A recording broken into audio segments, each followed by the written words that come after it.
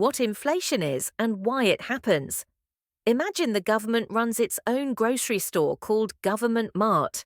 But instead of paying people back with real money, it hands out coupons that say things like, good for $10 of stuff someday. These coupons are the government's I owe you, it's debt. Another name for these coupons is government bonds. Now, the government only has two ways to get actual resources. 1. Collect taxes. 2. Print money with the central bank. But here's the fun part. When the central bank wants to put the money it has printed into the economy, it cannot just fly around in a helicopter and drop money everywhere. Blasting money from a helicopter is not allowed. It's too dangerous, and it is crazy. So how does the central bank actually inject money into the economy? It has to buy existing coupons issued by the government with the money it has just printed and burn these coupons, thereby lowering government debt. And if the central bank wants to destroy money, it has to sell coupons back. Money creation is just swaps. Money for coupons, coupons for money. Now, let's get to inflation. Every time the government spends more than it collects, in other words, runs a deficit, it hands out more coupons. More coupons floating around means more government promises. If Government Mart had unlimited staff, this would be fine, but it doesn't, so something eventually has to give. And here's where the two scenarios come in.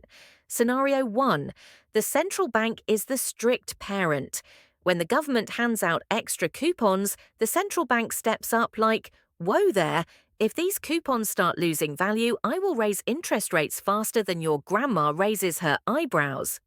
Everyone believes the central bank because it has a history of ruining fun. So prices stay stable. The coupons keep their full value. Inflation stays low. Scenario 2. The government is the fun parent. It keeps tossing out coupons like it's running a carnival booth. Coupons for everyone. Come get your coupons. But it's not planning to raise taxes later to absorb them, and the central bank isn't reacting much.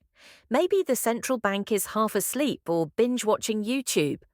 Now the number of coupons keeps rising, but nothing is backing them, and nobody takes them away. So what happens? The value of each coupon quietly shrinks. Your $10 coupon now buys less stuff than it could before, so the government effectively owes you less. That shrinking value is inflation. Prices go up not because stores suddenly turned evil, but because the coupons got weaker. And the coupons got weaker because the government issued more of them without planning to tighten taxes later, and the central bank didn't fight back. Here's the simple way to remember this.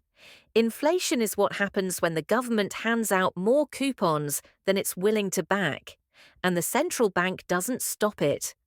Prices rise and each coupon buys less. So a strong central bank equals coupons keep their value and low inflation, and a weak central bank equals a government that prints too much money and inflation. And that's inflation, explained with coupons, or as they are called in the real world, government bonds. Thank you for watching this episode of Planet Econ. If you enjoyed this episode, please like, subscribe, and consider supporting Planet Econ on Patreon. Stay inquisitive and see you next time.